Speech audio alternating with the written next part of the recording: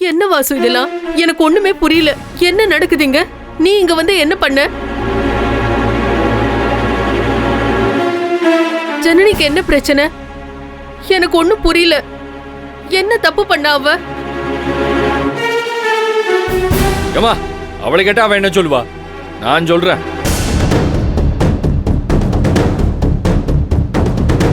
என்னெல்லாம் பண்ணான்னு உங்களுக்கு தெரியுமா? கொஞ்ச நாளைக்கு முன்னாடி எங்க வீட்டுக்கு வந்து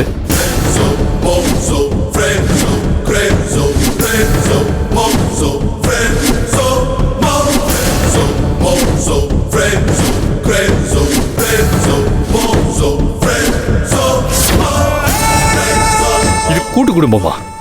இவன் நம்ம இஷ்டத்துக்கு பண்ணிட்டு இருக்கா. இப்ப ஒருத்தி கோயம்புத்தூர் ஓடி போனாலே அதுக்கு மூல காரணமே இவதான். இவதான் எல்லாரையும் தூண்டி விடுறா. இங்க எல்லாத்துக்கும் காரணமே இவதான்.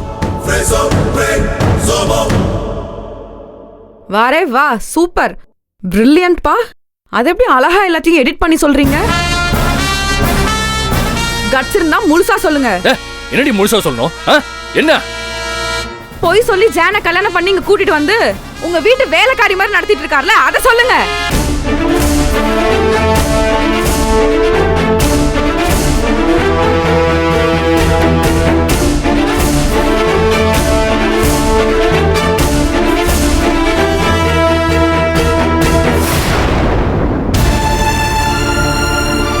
வாசு, அத்தை, இவங்க எல்லாரும் ஃப்ராட். கல்யாணம் முடிஞ்சதுக்கு அப்புறம் இங்க என்னெல்லாம் நடந்துச்சு தெரியுமா உங்களுக்கு? அவளை கூட்டிட்டு வந்து இங்க வெறும் வேலைக்காரியா தான் வச்சிருக்காங்க. இவளுங்களும் உன்ன மாதிரி படிச்சவளுங்க தான். தலகணத்தோட ஆடாது.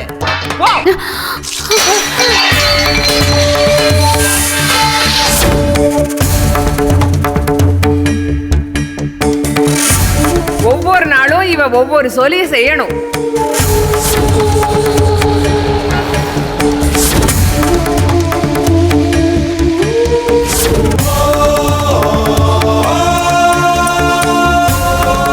என்னடி நீ என்ன வீட்டுக்கு விளக்கா? ஆமா. ஏண்டி இந்த பொம்பளைங்க சமாச்சாரத்தை ஆம்பளை பிள்ளைகிட்ட சொல்லி அவனை மாத்திரை வாங்கிட்டு வர சொல்லிருக்கேன். கொஞ்சமாச்சும் கூச்சனாச்சும் இருக்காடி உனக்கு? சரியான கூறு கெட்டவளா இருக்கு. போடி போ. இந்த பாரு, நீயும் எதுவும் தொடக்கூடாது. அப்படியே போய் பின்னாடி உட்காரு. எட்டி கூட பார்க்க கூடாது சொல்லிப்புட்டேன்.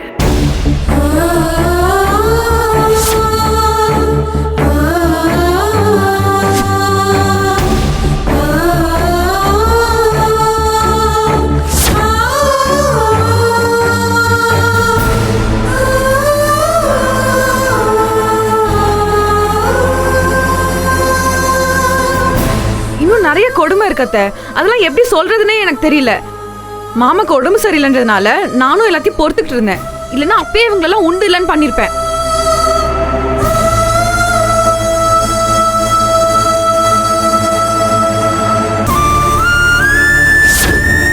இந்த ஜனனி எல்லாமே வெற்றியா தான் பெறணும். இவ தொட்டதெல்லாம் பொண்ணாகணும். இவ நினைச்சதெல்லாம் பழிச்சு பெரிய ஆளாகி இந்த ஜெகத்தை ஆளணும்.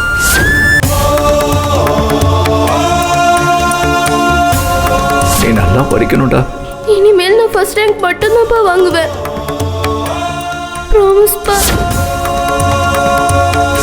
அப்பா, அப்பா காலேஜ் டாப்பர்ப்பா. எனக்கு தெரியும்டா. எனக்கு என்ன ஆசை தெரியுமா? உடனே ஒரு வேலையில சேரணும், நல்லா சம்பாதிச்சு உங்களை, அம்மாவை, அஞ்சனாவை, மாமாவை, அத்தைய எல்லாரையும் ரொம்ப நல்லா பாத்துக்கணும். என்னோட தோல் மேல உட்கார்ந்து உலகத்தை பார்த்த என்னோட பிரின்சஸ் இனிமே இன்னும் பெரிய சாம்ராஜ்யத்தோட ராணியா இந்த உலகத்தை நீ ஃபேஸ் பண்ண போறடா. ஃபேஸ் பண்ண போற. இதோ இங்க நிக்கிறாங்களே பிசினஸ் பண்ணி சாதிச்ச விமன்ஸ், இவங்க கிட்ட கேளுங்க, எல்லாத்தையும் சொல்வாங்க. இல்லனா கீழே நிக்கிறாங்களே ஈஸ்வரி மேடம், அவங்க கிட்ட கேளுங்க. இவங்க எல்லாம் சம்பளம் வாங்காத வீட்டு வேலைக்காரங்களா தான் இங்க இருக்காங்க. ஏய் நிறுத்துமா, விட்டா ஓவரா பேசிட்டே போயிட்டு இருக்க. அண்ணா கொஞ்சம் நீ இருப்பா. வீட்டு வேலை செஞ்சா வேலைக்காரிகளா? எங்க வீட்டுல வேலை செய்யறாங்க, அடுத்த வீட்டுக்கு வேலைக்கு அனுப்பணும். இங்க பாரு, அந்த புள்ளைய கல்யாணம் பண்ணி கூட்டு வந்தது குடும்பம் நடத்த, கம்பெனி நடத்தல. அது தெரிஞ்சுக்க முதல்ல. சும்மா ஓவரா பேசிட்டு இருக்க. என் வீட்டுல வந்து நின்றுட்டு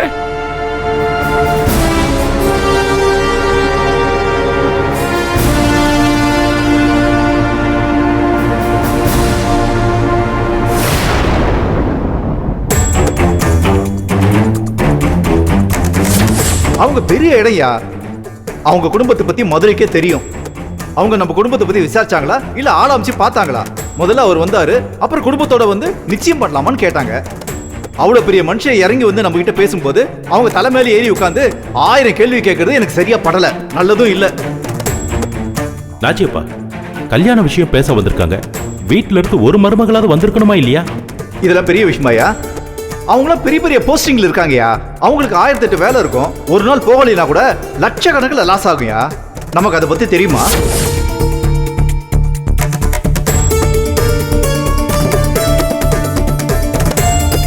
இந்த பாருங்கம்மா, உங்க பொண்ணு கெட்டது பத்தாதுன்னு இந்த வீட்டு பொம்பளைங்க அத்தனை பேரையும் கெடுத்து குட்டிச்சுவராக்கி வச்சிருக்கா. என் தம்பி மண்டையை கழுவி என் அண்ணன் பேச்சையே கேட்க விடாம பண்ணிருக்கா. அவன் சின்ன பையனாச்சுன்னு அண்ணன் பொறுத்துக்கிட்டு இருக்காரு. அவங்க முகத்துல கரிய பூசுற மாதிரி சொல்லாம கொள்ளாம புருஷனும் பொண்டாட்டியும் கோயம்புத்தூர் போயிட்டாங்க. வராங்களாமே, வரட்டும் வரட்டும், வந்த காலை வெட்டுங்க. எனது காலை வெட்டுவீங்களா? என்ன பேசுறீங்க? அது வரைக்கும் நாங்க என்ன சும்மா வேடிக்கை பார்ப்போமா? பார்க்க தாண்டி போறேன். என்ன ஏகாரு இருப்பா, இரு. இந்த பேச்சை விடு, எல்லாம் கீழே வாங்க. அண்ணா, சும்மா ஏன் தேவையில்லாம பேசிட்டு இருக்கீங்க? யாரோ அடுத்தவங்களுக்காக நம்ம வீட்டு விசேஷத்தை என் கலவரத்தோட நடத்தணும். நம்ம வீட்டு ஃபங்க்ஷனை சந்தோஷமா நடத்துவோம். இல்லண்ணே, நீங்க சங்கடமா இருக்கீங்கன்னு தானே அவங்க. நான் ஒன்றும் சங்கடப்படலப்பா, சந்தோஷமா இருக்கேன். வாங்க, விழாவை நல்லபடியா நடத்துவோம். அதுல அம்மாவை ரெடி பண்ணு. அப்பதான் எங்க இருக்கு? சரிண்ணே. பால்கனில கீழே கூட்டு வா. நம்ம குடும்பத்தால எல்லாத்தையும் மொத்தமா கீழே உட்கார வைங்க. ஃபங்க்ஷன் நடக்கணும், யாரையும் நம்பி நான் கிடையாது. நம்ம வீட்டு விழா தான் முக்கியம். யார்ட்டையும் தேவையில்லாம பேசிட்டு இருக்காதே, டயத்தை வேஸ்ட் பண்ணாதே. எல்லாரும் கீழே வாங்க. வாங்க வாங்க, எல்லாரும் கீழே வாங்க. ஏய் ஞானா, நம்ம ஆளுங்க மட்டும் கீழே வாங்கப்பா. வாங்க. அண்ணா வரேன். ஆகாத வேலைக்கு 52 யோசனையா? வாங்கப்பா, நம்ம வேலையை பார்ப்போம்.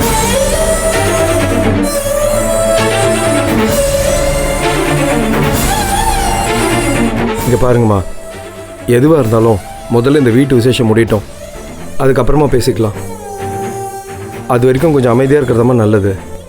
உங்கள் பொண்ணுங்க வந்ததுக்கப்புறம் என்ன நடக்க போகுதுன்னு எனக்கு தெரியல. நீங்களும் ஏதாவது பேசி இங்கே பிரச்சனை பண்ணிடாதீங்க. உங்கள் வீட்டுக்கார் வந்தாலும் அவர்கிட்டையும் சொல்லுங்கள். ம்.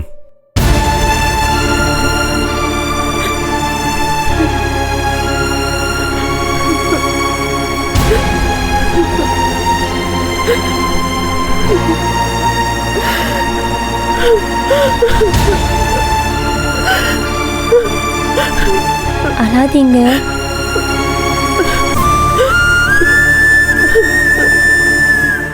ஏம்மா, உங்களை நம்பித்தானே என் பொண்ணை ஒப்படைச்சு. அன்னைக்கு உங்க வீட்டுக்கு வந்தப்ப கூட யாருமே ஒரு வார்த்தை கூட சொல்லலையம்மா. அமைதியாவே இருந்து கழுத்து அறுத்துட்டீங்களேம்மா. இன்னும் கொஞ்ச நேரத்துல என் வீட்டுக்காரர் வந்துருவாரு. அவர் வந்தா நான் என்ன சொல்ல போறேன்னே தெரியலையே. இதெல்லாம் அவருக்கு தெரிஞ்சா அவர் தாங்கவே மாட்டாரு.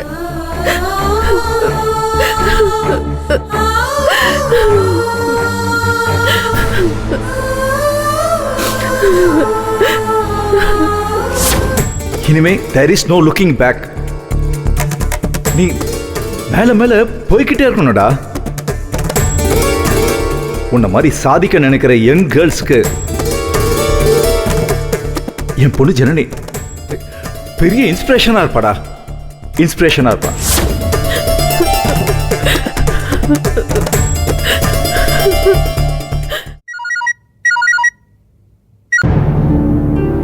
ஆமாண்ணே, உடனே ஆரம்பிக்க சொல்லிட்டாங்க. வாங்க, மற்றவங்களாம் அப்புறம் வரட்டும். நீங்கள் வந்தால் ஏற்பாடெல்லாம் பண்ணிடலாம். பேக்கேஜ் சம்மந்தமாக நீங்கள் தானே பேசுனீங்க. எல்லா டீட்டெயிலும் உங்களுக்கு தானே தெரியும். வாங்க. சரி. சரிண்ணா.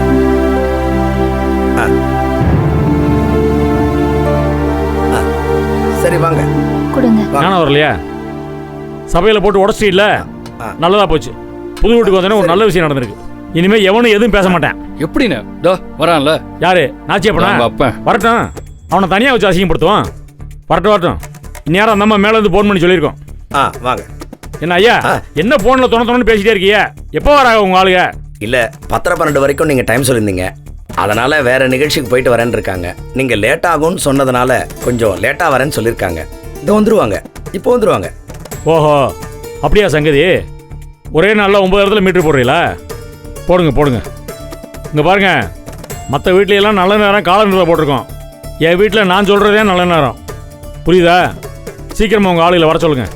இல்லைன்னா எனக்கு தெரிஞ்ச மாதிரி மந்திரத்தை சொல்லி நானே வேலையை முடிச்சு போயிடுவேன். இல்லை இப்போ வந்துருவாங்க. அவங்க யாரும் வரணும்னு இல்லை, நீங்கள் தானே மெயின். நீங்கள் மந்திரத்தை சொல்லி வேலையை ஆரம்பிங்க. சரிங்க ஐயா, ஆரம்பிக்கிறேன் ஐயா. எல்லா வளங்களும் நலங்களும் பெற்று இன்புற்று வாழ்க. அம்மா, இந்த சொம்புல தண்ணி கொண்டு வாங்களேன். எடுத்துட்டு வாங்க. எல்லா வளங்களும் நலங்களும் பெற்று இன்புற்று வாழ்க வாழ்கவே இந்த குடும்பம். எல்லா சௌபாகியங்களும் இன்புற்று இல்லாமல் வாழ்க வாழ்கவே. இன்றைய தினம் இந்த பூஜையை ஆரம்பிக்கும் வேளை எல்லா வளம் நலம் வாழ்க வாழ்கவே. ஏதாவது வேணுமா? மனம் தரும். அப்பதான் மேல ரூம் இருக்கு, வரீங்களா?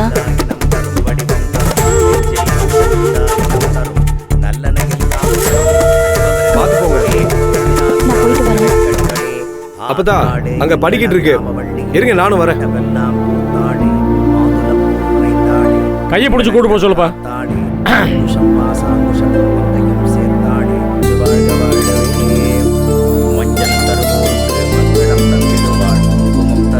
வாங்க.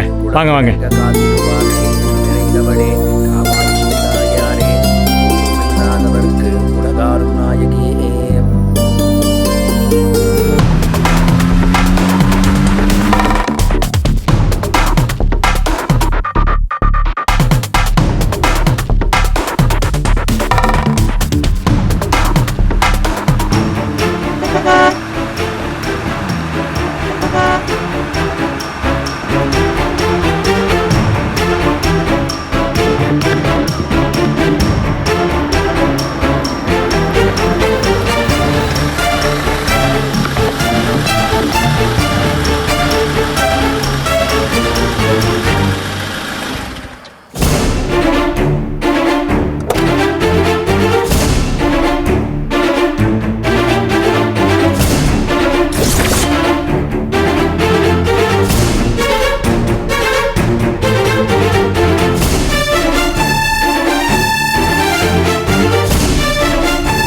என்ன அத்தை, மாமா வந்துட்டாரு.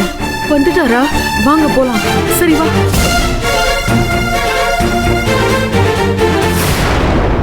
அங்க பாருங்க.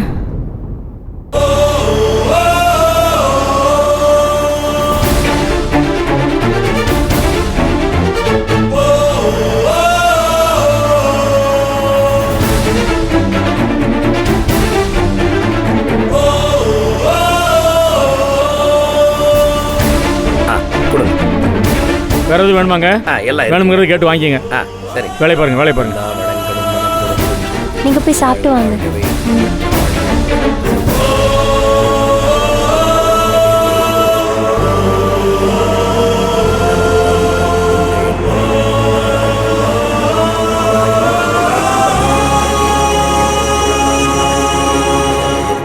சார் வணக்கம். வணக்கம்ப்பா.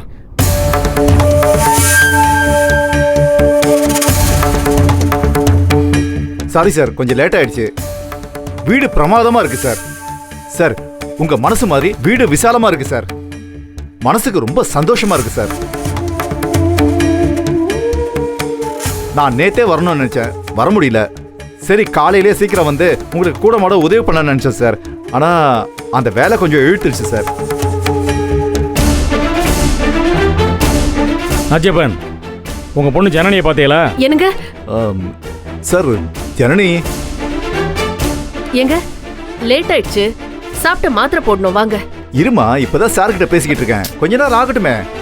பேசிட்டு வந்து மாத்திரை சாப்பிட்டுக்கிறேமா? இல்லங்க, டைம்க்கு போட வேண்டிய மாத்திரைங்க. லேட் ஆனா பிரச்சனை ஆயிடும். அம்மா, இவரை கொஞ்சம் கூட்டிட்டு போங்களேன். கொஞ்சம் கூட்டு போங்க. ஆமாப்பா, வாங்க முதல்ல போய் சாப்பிடலாம். அவங்க தான் மாத்திரை போடுன்றாங்க. வாங்க உள்ள கூட்டு போங்கம்மா. வாங்க. இல்ல வாங்கப்பா. போயிட்டு வாங்க சொல்றேன் இல்ல, போங்க சார். போய் சாப்பிட்டு வந்துருங்க, போங்க. போங்க. சரி. இல்ல, டைம்க்கு மாத்திரை போடணும். இல்லனா கொஞ்சம் பிரச்சனை ஆயிடும். அது அவருக்கு புரிய மாட்டேங்குது. அதான். ஏய் இருடா, கொஞ்சம் பொறுமையா இரு. ஐயா, சீக்கிரமா வேலையை பாருங்க. ரெடி பண்றேங்க. நான் ஒரு போன் பேசிட்டு வந்துடுறேன். டைம் போயிட்டு இருக்கு, வரசு பண்ணுங்க.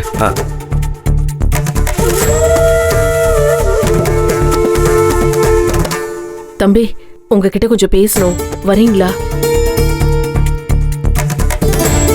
சரி வாங்க.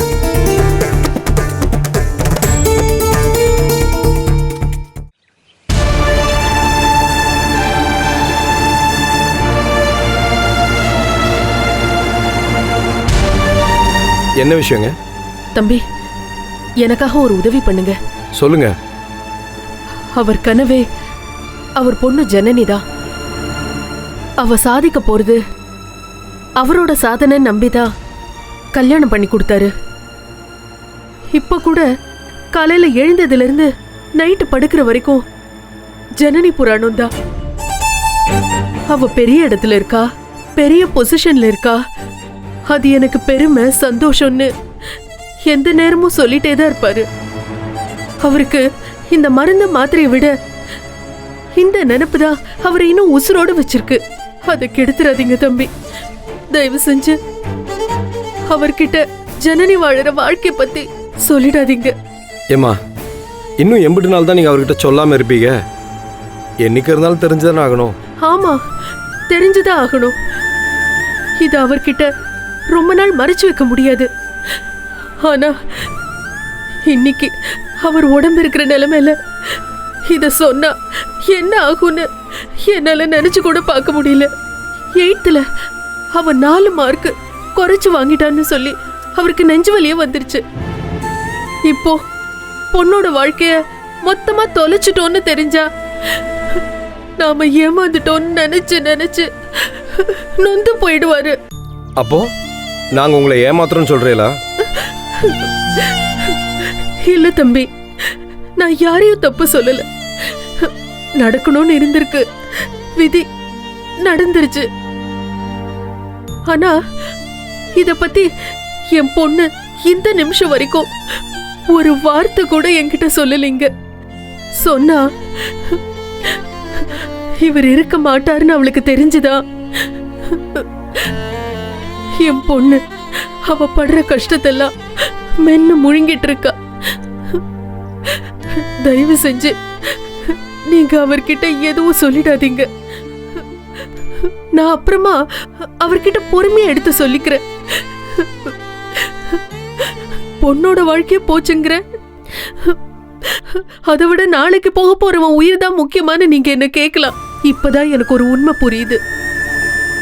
இவ்வளவும் நடந்ததை மறைச்சு எல்லாத்தையுமே என் பொண்ணு சமாளிக்கிறானா அவ வாழ்க்கைய அவளால பாத்துக்க முடியுங்கிற நிலைமையில இருக்காங்கிறது எனக்கு நல்லா புரியுது. மாப்பிள்ளையும் அவளுக்கு பக்கபலமா இருக்காருன்னு எனக்கு நல்லா தெரியுது. ஆனா இவர் அப்படி இல்லை. அவதான் அவருக்கு உலகமே. அது இருண்டு போச்சுன்னு அவர்கிட்ட சொன்னா அவர் தாங்கவே மாட்டாரு. அவர் கொஞ்சம் தேறி வந்ததோ நானே அவர்கிட்ட பொறுமையா எடுத்து சொல்லிக்கிறேன். ஜனனி கிட்ட நான் இத பத்தி பேசணும். இப்போ எதையும் பேசி பிரச்சனை பண்ணிட வேண்டாம். உங்களை கெஞ்சி கேட்டுக்கிறேன். என்னங்க பண்றீங்க? எதையும் சொல்லிடாதீங்க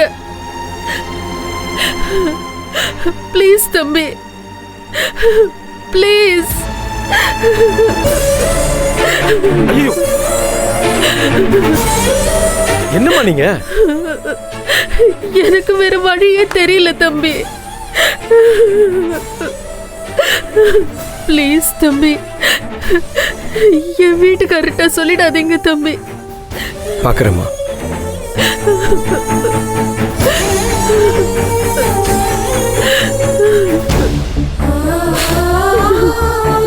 பேசிக்கலாம்.